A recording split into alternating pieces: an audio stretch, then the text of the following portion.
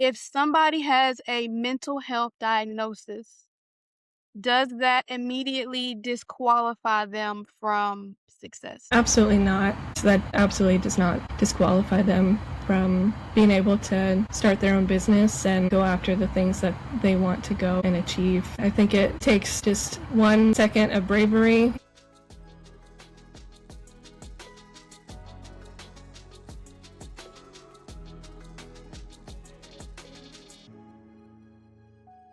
Welcome you back to the Beyond the Ordinary podcast. I'm your host, Charlize. And on this podcast, we have honest conversations with people who are living extraordinary lives. I have my good friend on the show today, Shannon Dohn, and she is a therapist. She has her own private practice, and she's dedicating her practice and her time to reconnecting people with their true stories and also helping them heal and grow. When you look at your business right now and even your journey as an entrepreneur, what are you the most proud of building in this season of your life? Yeah, I recently started my own practice, Honor Counseling Center, and what I'm most proud of is just the consistency that I've had, being able to take small steps to get to where I am today. Of course, it hasn't always been easy, and I haven't wanted to take steps at times, um, but I do feel like this is the work that I'm meant to do. You mentioned something about not always wanting to take the steps. I'm wondering kind of what that might look like practically on a day-to-day when you may not feel like showing up for your business. Yeah, I mean, the business, it depends on me. If I don't show up, then my clients don't get the work that they need. So there's some pressure in being able to hold all of that responsibility and ownership of maintaining the practice. So there are just times when, it would be nice to just like show up for work, clock in, clock out, and not have all the responsibility. It's worth it. Some days where I'm like, if I could just not have to do it all, that'd be great. I'm hearing the shift between the employee mindset and even lifestyle and the mindset that you have to take on as an entrepreneur. One of the steps that I wasn't planning on taking when I thought I was going to was starting my own business. It just kind of made sense to do it due to the dominoes that had fallen right before. So, it's been a whirlwind to be able to own my own practice and start my own business and learn what that looks like. It's definitely been a mindset shift ever since I started this counseling center. If someone is listening right now and maybe they're toying with the idea of starting their own business, would you say that you ever feel ready to start a business? I think for some, they have this natural ability to show up in adversity, and it's a risk. And within myself, I can speak for myself in that I thought I would take this step years down the road. I did not think that I was ready to be owning my own business. Mm-hmm. I thought I needed a whole MBA and all this knowledge and experience and mentors.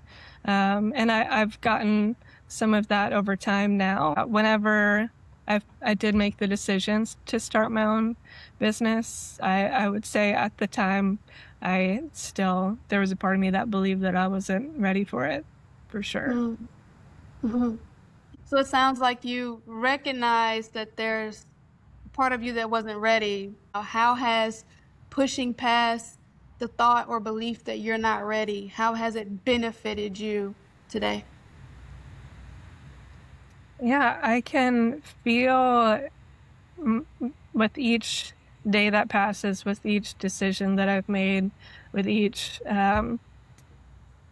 just step that I've taken, I feel more and more able to take the steps. I know that there will be bigger steps that I'll take in the future with being able to bring in a team of counselors to my center. But for the time being, it's been a real confidence,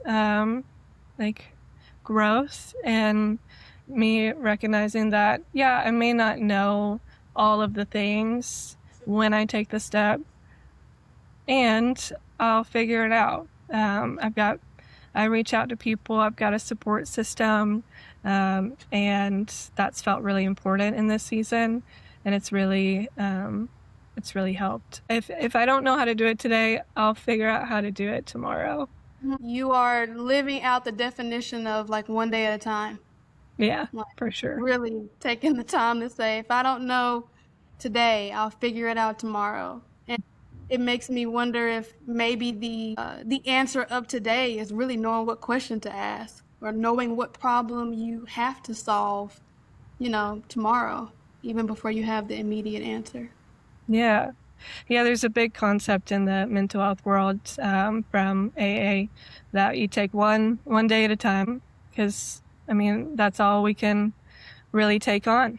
We can't be in tomorrow when we're working today. We can plan, we can dream, we can have goals, and at the same time, if I'm not showing up today at the capacity and the way that I want to, then tomorrow's going to be a lot harder. So I can invest in today and keep showing up. I hope that anybody listening right now that's feeling the weight of tomorrow, next year, next month, and next year all at one time, that you're able to really take in what it is that Shannon is saying about taking it one day at a time. Nobody's perfect. Nobody has all the answers, but I do hope that you as an entrepreneur and a listener can recognize that you have what it is that you need today to get today's job done. Yeah. You don't have to know tomorrow, next week, next month. If somebody has a mental health diagnosis, does that immediately disqualify them from success? Absolutely not. Absolutely does not disqualify them from being able to start their own business and go after the things that they want to go and achieve. Yeah, I think it takes just one second of bravery, even if there's fear alongside of that. And yeah, just being able to feel that sense of purpose guiding them as well. Yeah. It sounds like you're saying that with the right support and treatment and maybe even lifestyle changes, that you can still reach your goals even if you have a mental health diagnosis. I might be biased, but therapy is a great support, especially when it comes to anxiety and depression. Yeah, I know that there's a lot of entrepreneurs that experience that, and that's coming from myself as well. And so yeah, therapy is a great place to be able to have at least a support for that aspect. You can be succeeding and also at times challenged by certain thoughts or certain beliefs or certain internal struggles that show up on a day-to-day that maybe people don't see or ever need to, call out. But it's up to the person, I think, to recognize what's happening for you internally and seek out the help that you need so that you can reach your goals, have the dreams that you want to see become a reality. I see so many people come through my office that they feel this pressure to put on a mask when they're out at work, at home, even with friends, just to act like you have it all together. And underneath, like there's a lot of stress we hold. There's a lot of pain that people's stories have in them, and we all face adversity. It looks different for each person. And so, yeah, finding the right support systems, finding the way to manage stress and pain, I think those are those are great ways to be able to still go after the things that you want to go after. Even if it's scary, even if there's risk, it's worth it. The phrase like choose your heart comes to mind. It's going to be hard being in therapy. It's going to be hard not being in therapy. Life's going to be hard.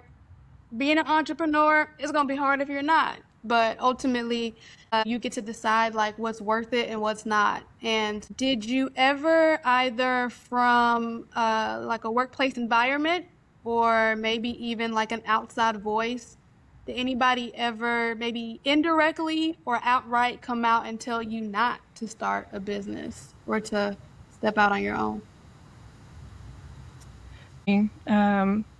Yeah, I think about a conversation that I had right before I decided to start my own business, that there was another practice owner that wanted to provide a lot of training and support, and said, I had great potential in becoming a director. And I felt seen. I felt like able to do a great job in a group practice. And in the same conversation, this person named that maybe starting my own practice would not be beneficial to me. It would be a risk financially. I wouldn't get as much experience or support, or I'd feel isolated, and that I would be more successful in the group practice long term. So I left that conversation feeling very confused and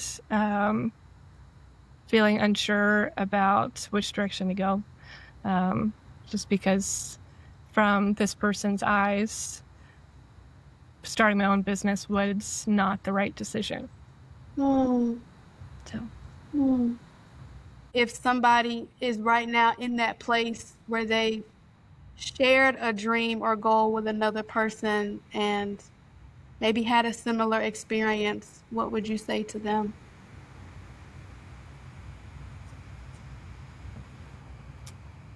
I often refer to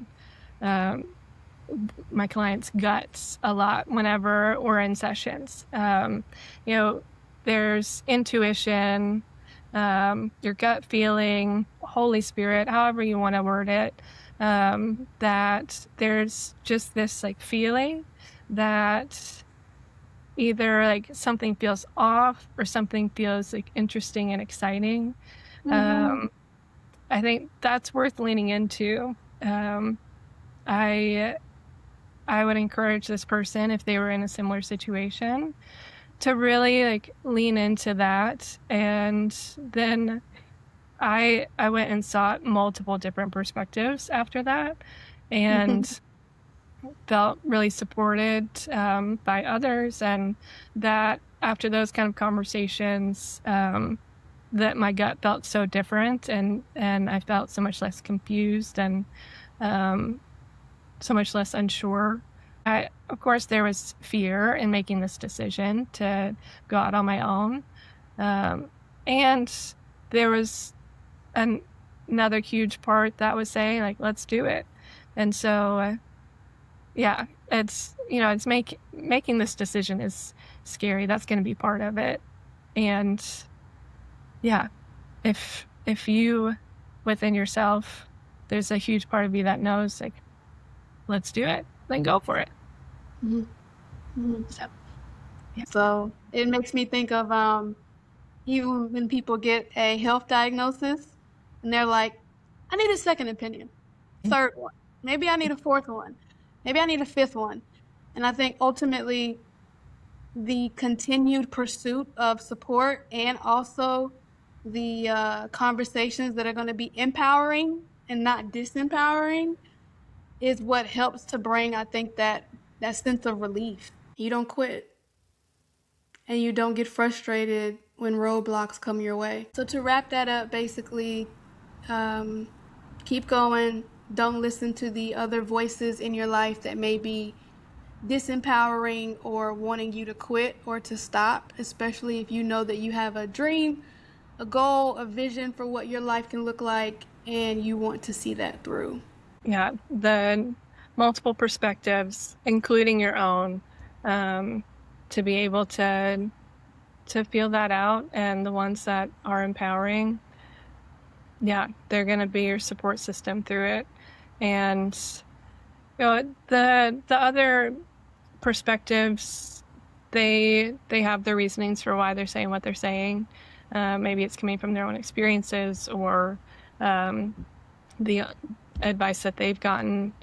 And if it doesn't feel like it fits with what you believe is possible, then you don't have to take it. What role would you say that spirituality has played on your journey as an entrepreneur? I have leaned into faith a lot and hope. Faith, hope, and love. I think those are always my pillars that I go back to and lean on. And my faith in taking the next step. It's been a part of this journey the whole time.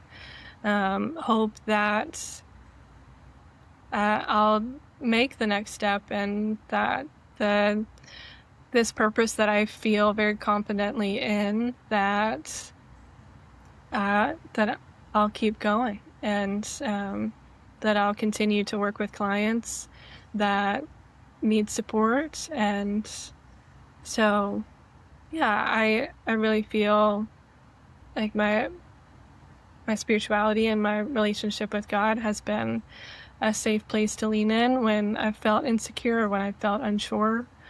Even when it comes down to my day-to-day work with clients, I don't know all the answers.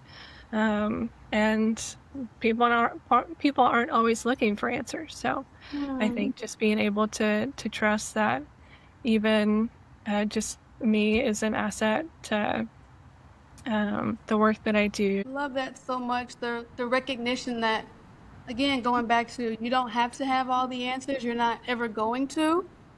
Neither am I. Neither is anybody listening. Neither is anybody that is even currently a successful entrepreneur. And if you are someone that practices any spiritual beliefs or is a believer, then you know and can continue to lean into the fact that your steps are already ordered, your purpose is set, your gifts are given, without any fears of them being taken from you one day. And I think it's in the showing up. It's in the doing, it's in the trusting, and it's having the faith to know that you are where you're supposed to be, even if you don't like it. I think this kind of brings up a bigger topic of, there can be a lot of talk about, I just want to find my purpose. I just want to know like what I'm here to do. And almost if I know that, it unlocks a life without maybe any struggle or pain, because you just know what to do day to day. And recently I've come to the conclusion myself that I'm already in it day to day. Like, that's not, if I didn't like my Tuesday, or if the business isn't successful on Wednesday, those are still moments where you're in purpose. It's not about, everything going perfectly all of the time to confirm or validate that you're where you're supposed to be. Yeah, absolutely. I mean, the conversation that you can have with somebody standing in line at a grocery store, I mean, that can be a moment of purposeful showing up. And yeah, you don't know what that did for that person. So just, I mean, down to those little moments, but even the big moments, like starting your own business, it can lead to you being able to financially provide for your family and your kids' kids, and for the team that you develop. There's a lot of opportunities for faith to carry you very far. We met a neighbor yesterday when we're talking about not knowing the interactions that you'll have with people. And I was so focused in work mode that I didn't want to go on a walk. I could have cared less about that walk. I was like, no, I'm sitting in here and I'm working, and I'm not going on a walk. And I was lovingly persuaded to go on a walk. And we go on the walk, Shannon, and end up meeting this neighbor named Roxy. Sweet, just, elderly woman, beautiful yard full of flowers, and we're just chatting. And we start to walk off, and she's like, "Hey, you guys, wait up." And she like brings us a plant. And it's like, just give it some water, and they come back every year. And it was like a marigold, I think. So I had to like not kill the marigold. Um, but even that moment felt like a God moment in the midst of uncertainty or work or even stress about the podcast, and being able to go meet a neighbor, I think was just, it was, it wasn't about the flower. It was about just the sweet moment of like generosity, and how most people who are of kindred spirits are willing and ready to give to other people. And maybe at times, entrepreneurs, I know myself, we can be so focused on getting in the business, or in growing the business, or in networking with other people, that you can miss out on those everyday moments of just, wow, that was a really cool person to meet. And we were able to connect and chat. And Mhm. it's that reminder that, like, it's really not about the business. It's really not about the money. It's really not about the success that you have. It's about the people that you're here to serve, and to be a benefit to. Yeah. Mhm. Mhm. I love that. When we think about the practicalities of, who do you want to serve? Who is your ideal client or target audience, right? We know as business owners, you need to know that. You need to know who you're going to serve, I believe, but you also need to be open and flexible to that changing and growing with you as you evolve as an entrepreneur. What role would you say uh, niching down, targeting, or serving a particular group of people, how has that benefited you practically in your business? Yeah, I have worked as a trauma-informed clinician. That's been the overarching umbrella of clients that I work with. I um, love that type of work, and that it's a long-term commitment. We're working through hard and heavy. We're also just figuring out how to survive life, and the roller coaster that it can be. So I I love working with people that want to sit with their story. And so niching down into that, um, I have had extensive training in working with couples that are processing through um, either betrayal trauma from an affair, or they have childhood trauma that is still getting showing up in their relationship and making it hard to continue forward in their relationship.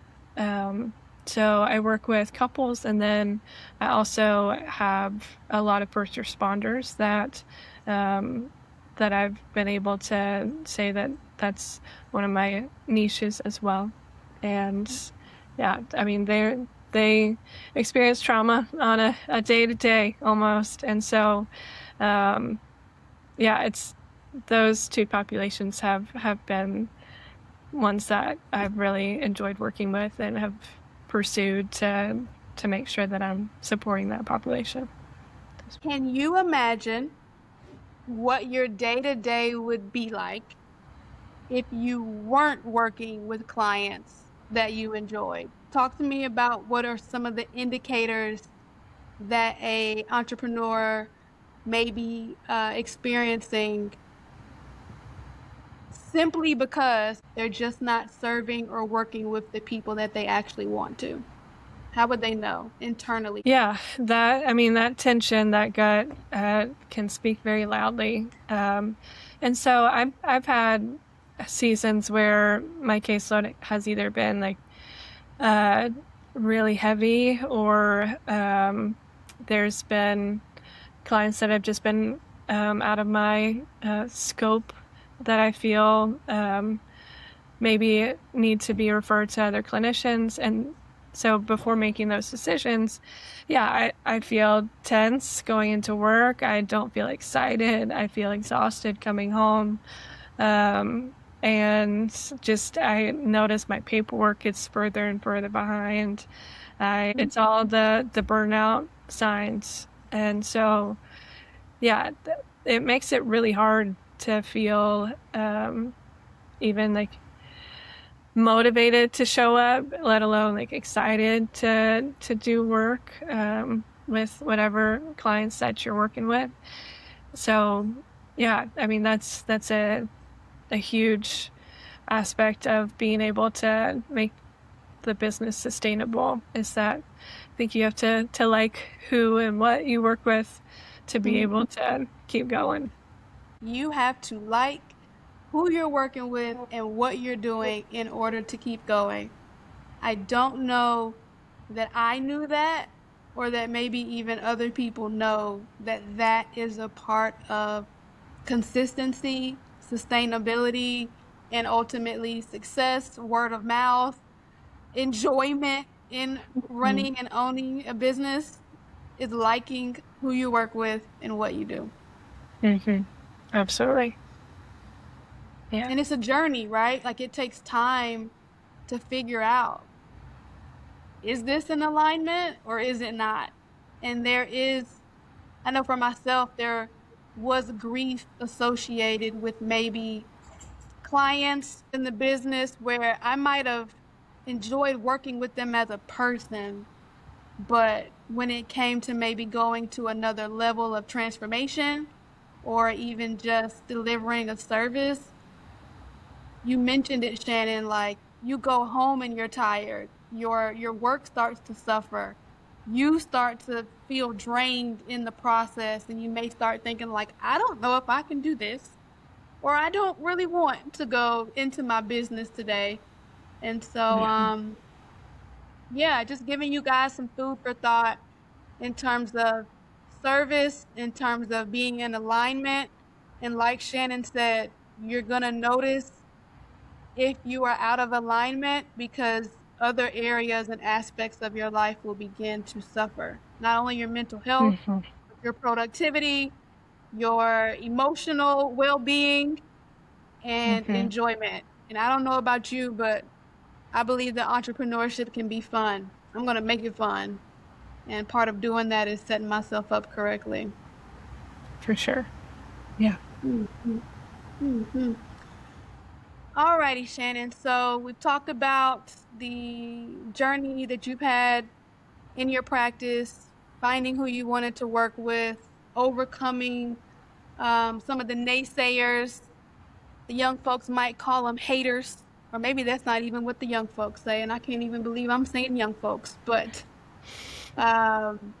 if someone is listening to your story and is thinking that maybe they would benefit from some therapy, from some additional support, how is it that they would go about contacting you? Do you have any capacity right now to take on any additional clients?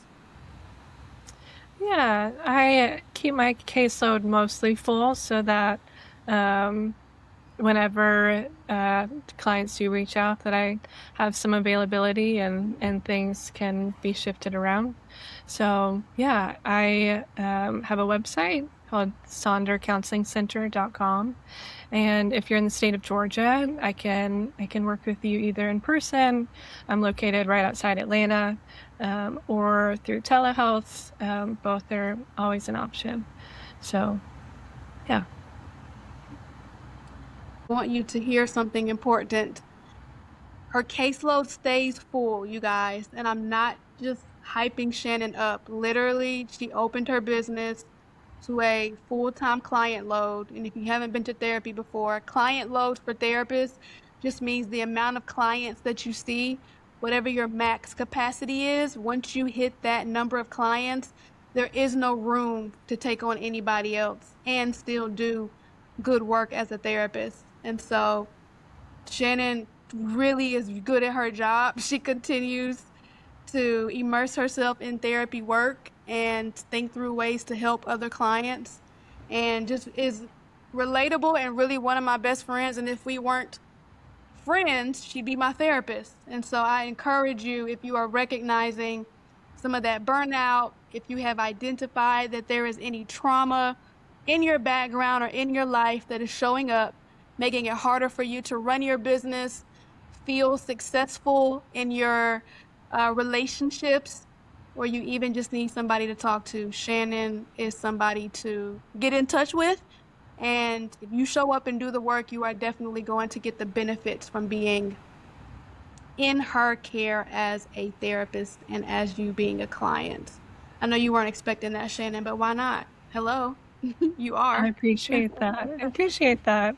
Yeah, I do love my job, and I love conversations like these where just get to see the whole picture and how it's all come together. And yeah, just love my support system. It's been a pleasure. If anyone out there, again, is having any challenges with creating their own path, going ahead, even if you don't feel 100% ready, I encourage you to even go back through this episode and listen to how Shannon was experiencing the fear, how she was recognizing the doubt when it showed up, and how it ultimately has transformed her business, transformed her day to day, and continued to set her up for success. And so the main purpose of this podcast is for you to know that you too can have an extraordinary life. You can become the entrepreneur that you've dreamed of, and that you do not have to ever have your mental health be an excuse, a crutch, or a reason why you can't live an extraordinary life. I thank you for tuning in today to the Beyond the Ordinary podcast with me, your host, Charlize Ambers, and I encourage you to go beyond the ordinary, live that extraordinary life, and I will see you in our next episode.